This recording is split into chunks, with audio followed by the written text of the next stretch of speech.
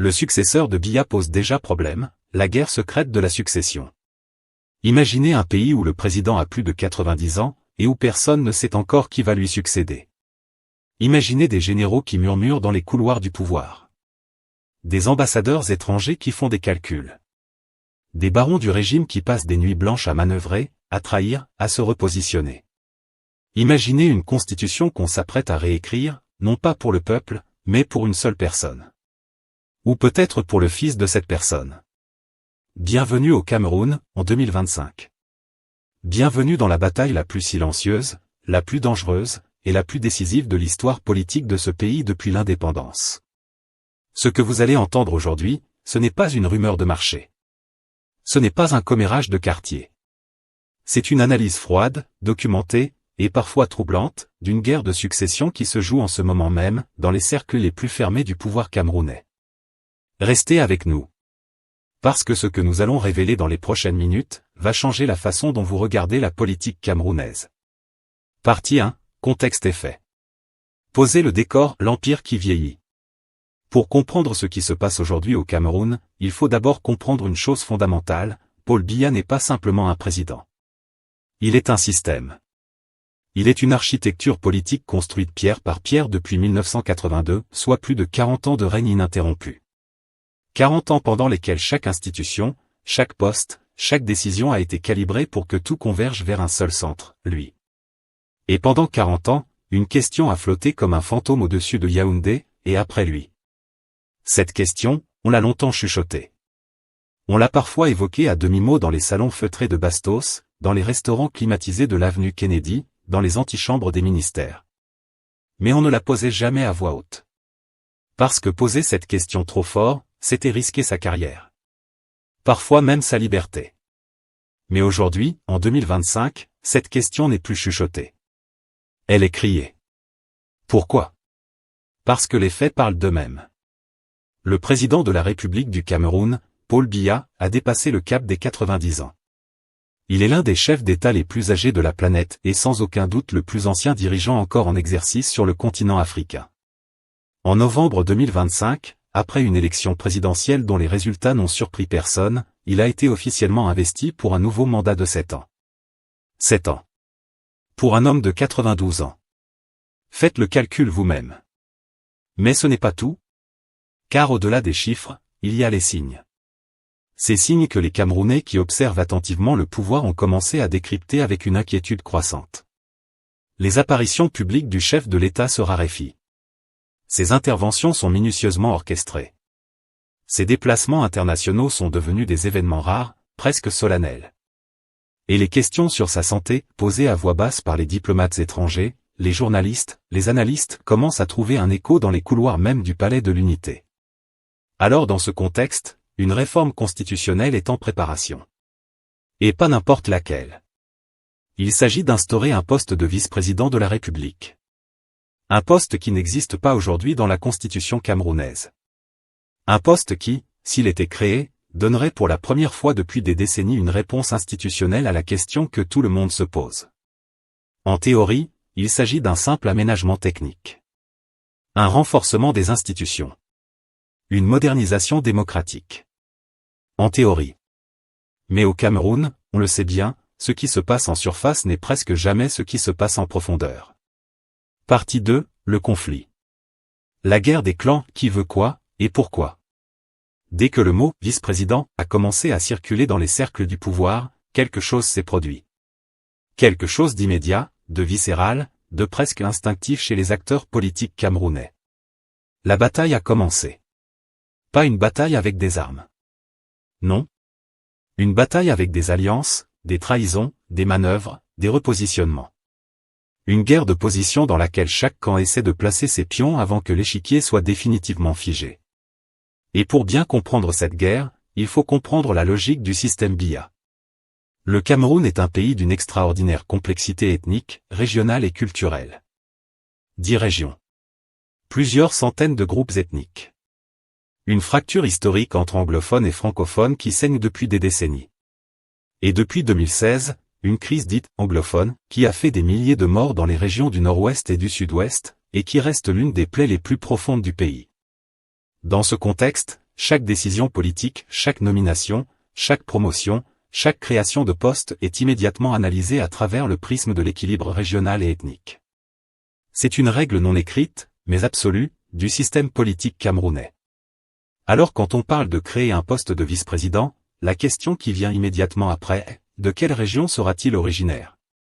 Et c'est là que tout se complique. Mais ce n'est pas tout, parce que plusieurs camps ont déjà pris position. Et ces positions sont souvent diamétralement opposées. Premier camp, les tenants de la solution anglophone. Certains analystes politiques, certains diplomates, certains acteurs de la société civile estiment que la meilleure façon d'utiliser ce nouveau poste serait de le confier à un ressortissant des régions anglophones, soit le nord-ouest, soit le sud-ouest. L'argument est simple, en plongeant un fils ou une fille du Cameroun anglophone à ce niveau de responsabilité, on enverrait un signal fort aux populations qui se sentent marginalisées depuis des décennies. Ce serait, selon certains, une façon concrète d'avancer vers la réconciliation nationale et la résolution de la crise anglophone. Quelques noms circulent déjà. On les murmure dans les couloirs. On ne les prononce pas encore à voix haute. Mais ils existent. Et certains de ces noms ont des ambitions qui ne datent pas d'hier. Deuxième camp, les partisans de la succession dynastique. Et c'est là que les choses deviennent vraiment intéressantes ou vraiment inquiétantes, selon le point de vue que vous adoptez. Car selon plusieurs sources concordantes, l'idée d'une succession dynastique fait son chemin dans les cercles les plus proches du pouvoir. En d'autres termes, certains barons du régime, certains « faucons », comme on les appelle dans le jargon politique camerounais, envisageraient de faire du poste de vice-président un marchepied pour Frank Biya, le fils du président. Frank Biya. Un nom qui revient de plus en plus souvent dans les conversations politiques. Un homme relativement discret jusqu'à une période récente, mais dont la visibilité publique semble avoir augmenté de façon notable ces dernières années. Un homme qui, si ces scénarios venaient à se réaliser, représenterait l'instauration d'une monarchie républicaine, une chose contre laquelle de nombreux acteurs politiques, de nombreux intellectuels et de nombreux citoyens camerounais s'élèvent avec véhémence. L'opposition à ce scénario est forte, vocale, et clairement articulée. Des leaders politiques de l'opposition, des figures de la société civile, des intellectuels camerounais de renom ont pris position publiquement contre toute idée de succession par filiation, par cooptation ou par procuration. Ils estiment que le Cameroun mérite une transition démocratique réelle, pas une couronne qu'on passe de père en fils comme dans un royaume médiéval. Mais face à eux, les partisans du scénario dynastique ont des arguments. Et surtout, ils ont des leviers. Des leviers économiques. Des leviers institutionnels. Et parfois, des leviers moins avouables. Restez avec nous. Parce que l'analyse de Guibaï Gatama que nous allons décrypter dans quelques instants va vous permettre de voir tout cela sous un angle que vous n'aviez peut-être pas envisagé. Partie 3, révélation et décryptage. La mécanique secrète du pouvoir, ce qu'on ne vous dit pas. Pour comprendre ce qui se trame réellement, il faut regarder au-delà de la surface. Il faut analyser non pas ce que les acteurs disent, mais ce qu'ils font. Non pas les discours officiels, mais les mouvements de fond. Et à cet égard, l'analyse de Guibaï Gatama, figure respectée du journalisme d'analyse politique au Cameroun, est particulièrement éclairante. Selon lui, et nous citons directement, d'un coup, plusieurs mouvements s'enchaînent avec la réforme de la Constitution instituant un poste de vice-président. Paul Biya marginalise de fait son propre parti, le RDPC, en tant qu'acteur central de sa succession. Voilà quelque chose de frappant. Quelque chose que beaucoup n'ont pas relevé, ou n'ont pas voulu relever. Paul Biya est en train de marginaliser son propre parti. Le RDPC, le Rassemblement démocratique du peuple camerounais, est la machine politique qui a dominé le paysage camerounais depuis des décennies. C'est le parti qui a remporté toutes les élections, qui contrôle l'essentiel des institutions, qui a été pendant 40 ans l'instrument de la mainmise du pouvoir sur l'ensemble du territoire national. Mais si la succession se joue par voie constitutionnelle, par la désignation d'un vice-président qui deviendrait automatiquement président en cas de vacance du pouvoir, alors le RDPC n'est plus le « faiseur de roi ». Il est contourné. Il est mis de côté. La machine est rendue obsolète par le mécanisme même qui était censé la servir. C'est une manœuvre d'une subtilité remarquable. Ou d'une brutalité calculée. Selon Gatama, c'est tout sauf improvisé. Mais ce n'est pas tout. Regardez ce deuxième mouvement, le Grand Nord est écarté du jeu successoral. Le Grand Nord, qui regroupe les régions de l'Adamawa, du Nord et de l'extrême Nord, représente l'un des poids démographiques les plus importants du Cameroun. C'est une région qui a toujours pesé dans les équilibres politiques du pays. Et jusqu'à récemment, certains acteurs du Grand Nord se voyaient comme des « faiseurs de rois », capables d'orienter les grandes décisions politiques grâce à leur poids électoral et à leur relais au sein des institutions. Or, selon Gattama, en portant Aboubakari Abdoulaye à la tête du Sénat, Paul Biya aurait en réalité réduit momentanément à néant le pouvoir du Grand Nord comme faiseur de roi. Ce n'est pas une promotion. C'est une neutralisation habillée en distinction. C'est ce que les anglo-saxons appellent une « golden cage », une cage dorée. On donne à quelqu'un un titre honorifique, une position visible, mais on l'éloigne du vrai pouvoir. On lui offre la façade, pas la substance. Troisième mouvement, si un anglophone obtenait le poste de vice-président, un rééquilibrage s'imposerait automatiquement ailleurs. La primature, le poste de Premier ministre irait alors, selon la logique de l'équilibre régional, vers un représentant du Grand Nord. Sachant qu'un représentant de l'Ouest est déjà à la tête de l'Assemblée nationale, et qu'un représentant de l'extrême Nord préside le Sénat, cet équilibre serait géométriquement parfait sur le papier. Parfait sur le papier. Mais dans la réalité politique camerounaise, les équilibres sur le papier et les rapports de force réels sont deux choses très différentes. Car il y a une question que personne ne pose encore suffisamment fort, qui, dans tout ce dispositif, contrôle réellement quoi? Et surtout, ce vice-président qu'on s'apprête à créer, sera-t-il un vrai numéro 2, ou un simple gardien de chaise? Parce que c'est là le nœud de tout. La différence entre un vice-président avec de vraies prérogatives, une vraie autorité, une vraie légitimité et un vice-président qui n'est qu'un paravent constitutionnel pour une autre stratégie, c'est une différence fondamentale. Et selon plusieurs analyses, c'est précisément cette ambiguïté que le système cultive soigneusement. Restez avec nous. Parce que ce que nous allons analyser maintenant touche au cœur même de la question, pourquoi cette réforme maintenant? Et pour qui? Partie 4, analyse satirique approfondie. Le miroir camerounais, quand la politique devient théâtre. Il y a une expression populaire au Cameroun qui dit « On ne donne pas le couteau à un enfant pour qu'il coupe le pain. On lui donne pour qu'il reste tranquille pendant qu'on mange. » Cette expression résume, avec une précision chirurgicale, ce que beaucoup d'observateurs pensent de cette réforme constitutionnelle en cours. Car soyons honnêtes, et la satire camerounaise a toujours eu ce mérite d'être honnête quand la politique ne l'est pas. Depuis quand Paul Biya fait-il des réformes constitutionnelles pour renforcer la démocratie? Regardez l'histoire. En 1996, quand la Constitution a été révisée, c'était pour limiter les mandats présidentiels. Bonne idée. En 2008, quand elle a été révisée à nouveau, c'était pour supprimer cette limite. Même auteur, résultat inverse. La Constitution camerounaise a été taillée et retaillée comme un costume sur mesure, toujours à la même taille, toujours pour la même personne. Alors aujourd'hui, quand on nous dit que cette nouvelle révision constitutionnelle vise à renforcer les institutions démocratiques, expression tirée du discours d'investiture du 6 novembre 2025, on comprendra que certains Camerounais accueillent cette annonce avec, disons, un enthousiasme mesuré. Mais ce n'est pas tout.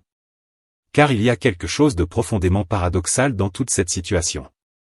D'un côté, Paul Biya a construit pendant 40 ans un système où tout converge vers lui. Un système où la décentralisation est restée largement théorique. Où les partis d'opposition existent, mais dans un espace si étroit qu'ils peinent à respirer. Où les institutions sont là, mais où le vrai pouvoir se joue ailleurs, dans les antichambres, dans les réseaux, dans les loyautés personnelles. Et maintenant, ce même homme, à 92 ans, au crépuscule d'un règne exceptionnel par sa durée, voudrait créer une institution forte, un vice-président solide, une succession ordonnée et démocratique? Permettez-nous de sourire. Doucement. Avec respect. Parce que le problème, dans cette affaire, ce n'est pas la création d'un poste de vice-président en soi. Sur le principe, beaucoup de Camerounais y sont favorables. C'est une bonne chose d'avoir une succession institutionnelle claire. C'est une bonne chose d'éviter le vide constitutionnel. Le problème, c'est le « comment ». Et surtout le « pour qui ».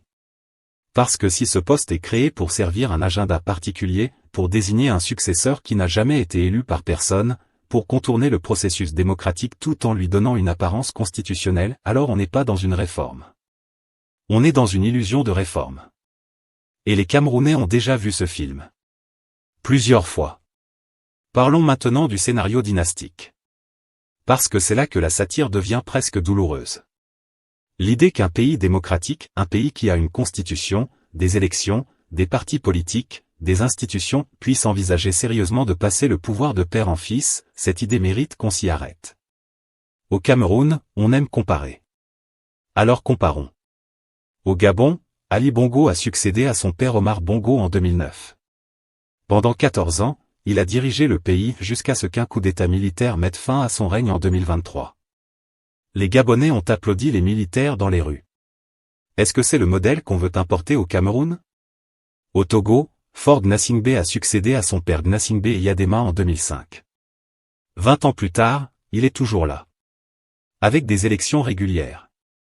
Avec une façade démocratique soigneusement entretenue. Avec une opposition qui existe mais qui peine à peser. Ces exemples ne constituent pas des modèles à suivre. Ce sont des miroirs dans lesquels le Cameroun ferait bien de ne pas se regarder trop longtemps. Mais ce n'est pas tout. Parce qu'il y a une dimension que beaucoup d'analyses laissent de côté, la dimension populaire. Car au Cameroun, loin des cercles du pouvoir, loin des salons de bastos et des bureaux feutrés de la présidence, il y a un peuple. Un peuple jeune, la majorité de la population camerounaise a moins de 30 ans. Un peuple connecté, qui voit ce qui se passe ailleurs en Afrique et dans le monde. Un peuple qui, pour une part croissante, a rompu avec l'idée que le régime en place est irremplaçable ou inévitable. Ce peuple-là, on ne l'entend pas dans les négociations constitutionnelles. On ne le consulte pas dans les manœuvres de palais. Mais il est là. Il observe. Il attend. Et parfois, comme l'histoire africaine récente nous l'a montré, il se réveille. Et quand il se réveille, aucune réforme constitutionnelle ne suffit à le rendormir. Parlons maintenant de ce que Guy Gattama appelle la ligne de choix claire qui se dessine dans cette stratégie. Selon son analyse, la logique en cours ne regarde ni vers le Grand Nord, ni vers les régions anglophones, ni vers l'Ouest. Elle suit une trajectoire propre, dictée par des intérêts qui ne coïncident pas nécessairement avec les attentes de ces grandes régions du pays. C'est une analyse courageuse. Parce qu'elle dit, en filigrane, quelque chose que peu de personnes osent formuler clairement, cette succession pourrait être conçue non pas pour le Cameroun, mais pour une fraction du Cameroun. Et si c'est le cas, alors les tensions qui vont en découler ne seront pas seulement politiques. Elles seront profondes, structurelles, et potentiellement déstabilisatrices. Car le Cameroun a déjà une crise anglophone non résolue. Il a des tensions intercommunautaires dans plusieurs régions. Il a une jeunesse frustrée, un chômage massif, des inégalités criantes. Il a, en un mot, tout ce qu'il faut pour que le moindre choc politique se transforme en quelque chose de beaucoup plus grave. Ajoutez à ce cocktail une succession contestée, perçue comme illégitime par une large partie de la population, serait, pour user d'un euphémisme, une prise de risque considérable. Mais voilà le paradoxe final de cette situation, ceux qui prennent ces décisions le savent. Ils ne sont pas naïfs. Ils ne sont pas ignorants des risques. Ils ont des conseillers, des diplomates, des experts. Ils ont analysé les scénarios. Ils ont fait les calculs. Et pourtant, ou précisément à cause de cela, ils avancent quand même. Parce que dans tout système de pouvoir vieillissant, il arrive un moment où la priorité n'est plus de gérer l'intérêt général. La priorité devient la survie du cercle intérieur. La protection des acquis. La préservation des patrimoines économiques, politiques, symboliques, accumulés pendant des décennies. Et à ce moment-là, la Constitution devient un outil. Pas une loi fondamentale. Un outil. Qu'on façonne. Qu'on adapte. Qu'on plie aux circonstances. C'est ce que le célèbre constitutionnaliste camerounais Maurice Kamto, par ailleurs leader de l'opposition, a qualifié de constitutionnalisme de façade. Conclusion, et maintenant. Alors, où en sommes-nous? Récapitulons ce que nous venons d'analyser ensemble, parce que les enjeux sont immenses et méritent qu'on les garde clairement en tête. Premièrement, le Cameroun est en train de vivre une réforme constitutionnelle majeure, avec la création d'un poste de vice-président. Cette réforme intervient dans un contexte de questionnement légitime et croissant sur la capacité du président Paul Biya, qui vient de dépasser 92 ans, à accomplir un nouveau mandat de 7 ans. Deuxièmement, loin d'être une simple réforme technique, cette création de poste est au cœur d'une bataille de succession intense, silencieuse mais féroce, qui oppose plusieurs clans, ceux qui veulent un vice-président anglophone pour apaiser la crise, ceux qui veulent un grand nordiste pour préserver les équilibres traditionnels, et ceux, les plus discrets mais potentiellement les plus influents, qui envisagent une succession dynastique. Troisièmement, selon l'analyse de Guy Gattama et d'autres observateurs avertis, la stratégie en cours semble délibérément construite pour contourner les acteurs traditionnels, le RDPC, le Grand Nord, les régions anglophones et suivre une logique propre, dont la destination finale reste, intentionnellement, dans le flou. Quatrièmement. Face à ces manœuvres, la société civile, l'opposition politique et une partie croissante de l'opinion publique camerounaise expriment une vigilance inquiète. Ils savent qu'une succession mal gérée, perçue comme illégitime, dans un pays déjà fragilisé par des crises multiples, pourrait avoir des conséquences très graves. Et maintenant, une réflexion pour terminer. Il y a une question que tout le monde pose dans les quartiers, dans les universités, dans les diasporas camerounaises de Paris, de Bruxelles, de Montréal, de New York, et si, cette fois-ci, les Camerounais décidaient eux-mêmes? Et si, au lieu d'assister comme spectateurs à une succession négociée dans les couloirs, au lieu d'accepter comme un fait accompli une constitution réécrite pour des intérêts particuliers, au lieu de subir une transition dont ils ne seraient ni les acteurs ni les bénéficiaires, et si les Camerounais décidaient que leur avenir leur appartient? Ce n'est pas une incitation à la violence. Non. Ce n'est pas un appel à l'instabilité. C'est une question démocratique fondamentale. La plus fondamentale qui soit. À qui appartient le pouvoir dans une démocratie? Aux citoyens qui le délèguent. Pas aux clans qui se le disputent. Pas aux dynasties qui se le transmettent. Pas aux barons qui le monnaient. Aux citoyens. Cette question, vous devez vous la poser. Et vous devez continuer à vous la poser. Parce que la réponse que le Cameroun donnera, dans les prochains mois, dans les prochaines années, sera l'une des réponses les plus importantes que ce pays ait jamais données à sa propre histoire. Alors dites-nous, dans les commentaires, selon vous, qui devrait être le prochain vice-président du Cameroun? Et est-ce que vous pensez que cette réforme est sincèrement démocratique, ou qu'elle cache autre chose? Dites-nous ce que vous pensez. Parce que votre voix compte. Parce que votre analyse compte. Et parce que des vidéos comme celle-ci n'existent que grâce à vous. Si cette analyse vous a intéressé, partagez-la. Autour de vous, avec vos proches, avec tous ceux qui méritent de comprendre ce qui se passe vraiment dans ce pays qu'on aime trop pour lui mentir.